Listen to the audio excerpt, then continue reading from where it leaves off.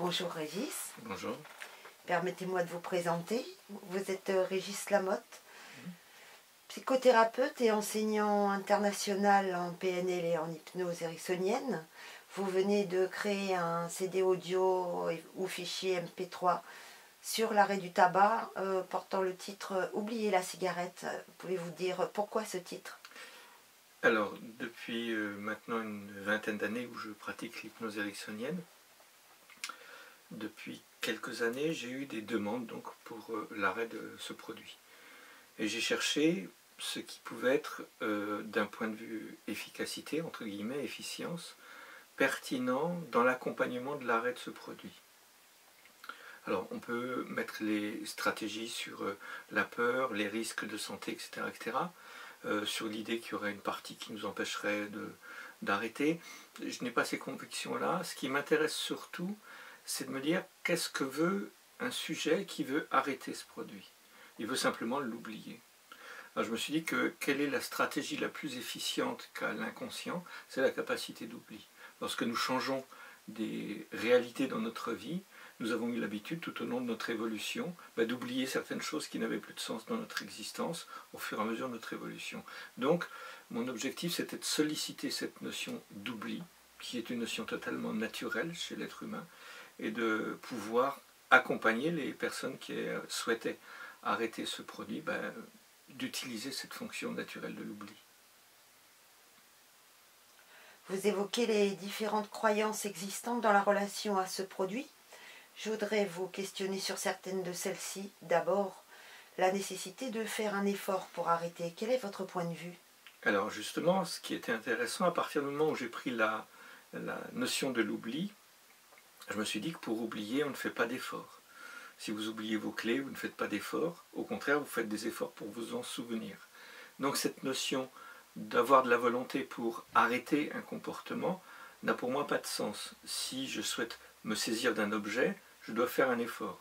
Si je veux arrêter de m'en saisir, je ne dois pas faire un effort de ne pas vouloir m'en saisir.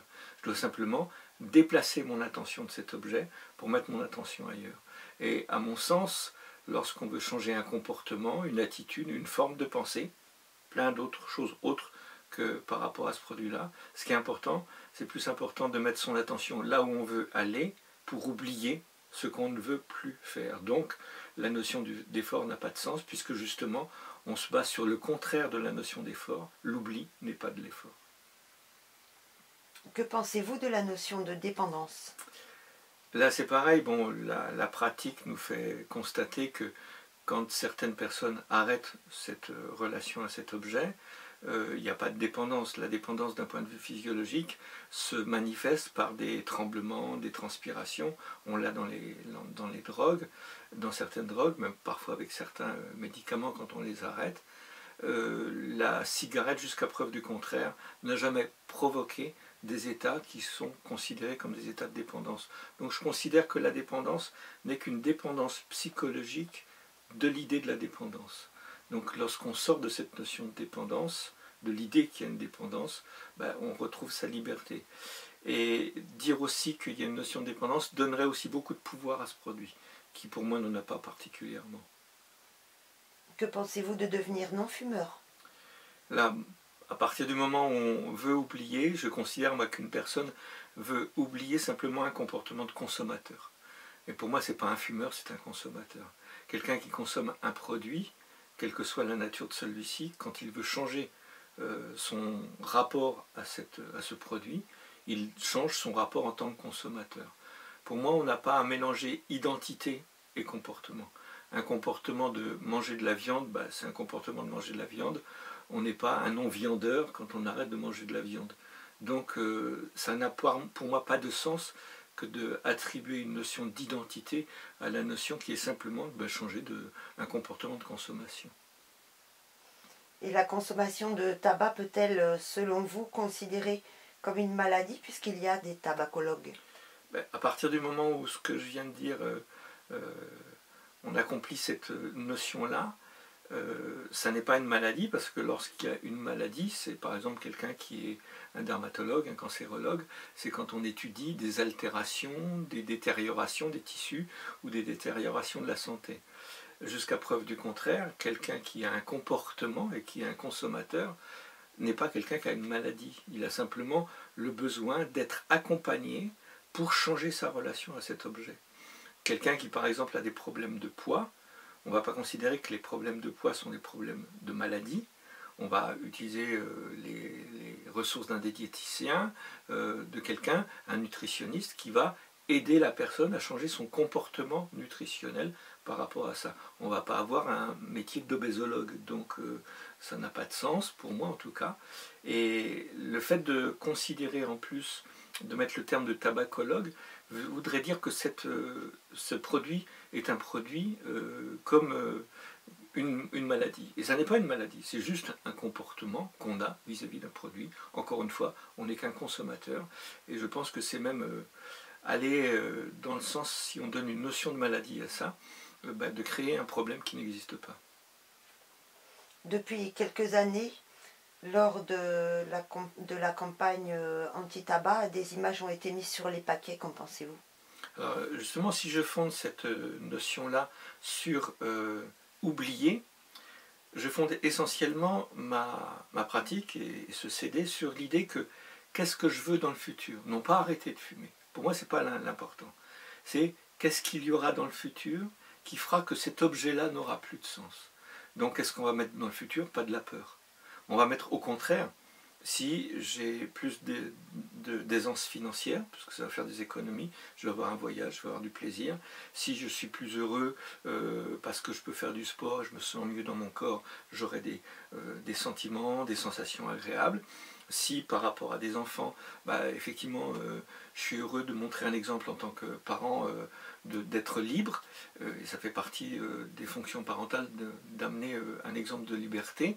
Si je vais avoir tout ça dans le futur, il est évident que cet objet n'aura plus de sens, puisque je vais avoir tout ça. Et si je veux avoir tout ça dans mon futur, l'objet n'a pas sa place dans ce futur-là.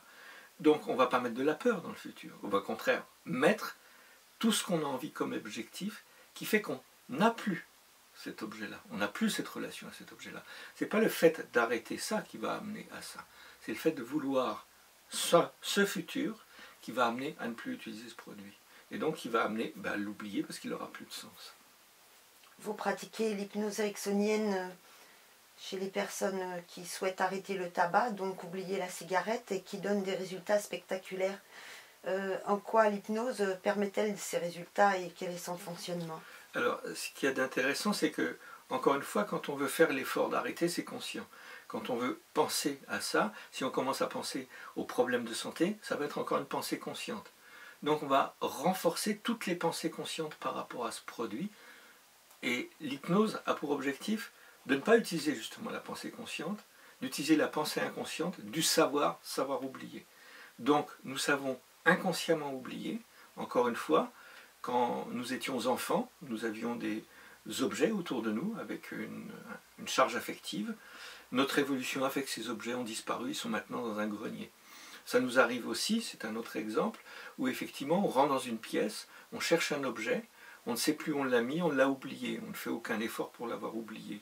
Donc l'inconscient oublie très très facilement, on peut avoir des douleurs intenses, 3 semaines après, une fois qu'on est réparé, entre guillemets, ne plus avoir ces douleurs et les avoir oubliées. Donc cette capacité d'oubli, c'est justement l'hypnose qui permet de solliciter une capacité inconsciente de l'oubli et non pas penser consciemment à cet objet qu'on ne voudrait plus, juste simplement l'oublier.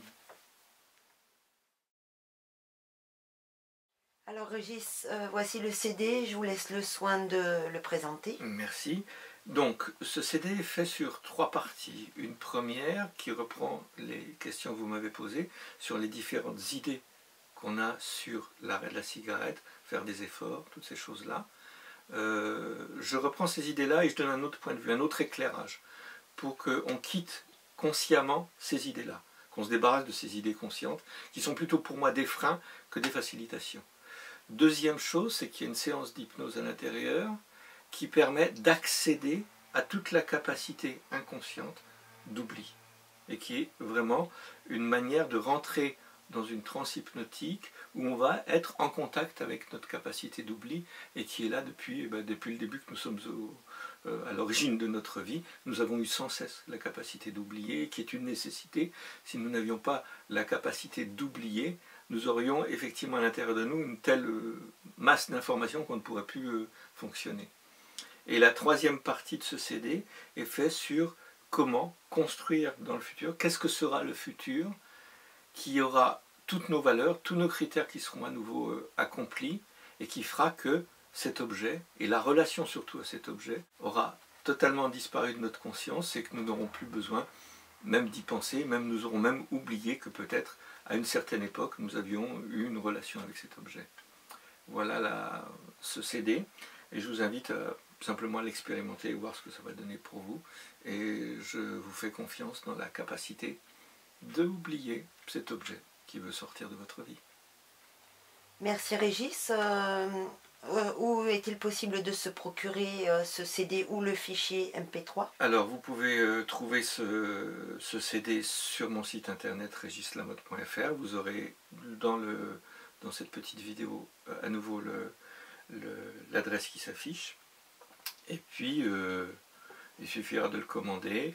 Vous nous laissez un email et nous envoyons le fichier MP3 si vous le souhaitez en MP3, sinon nous l'envoyons par courrier.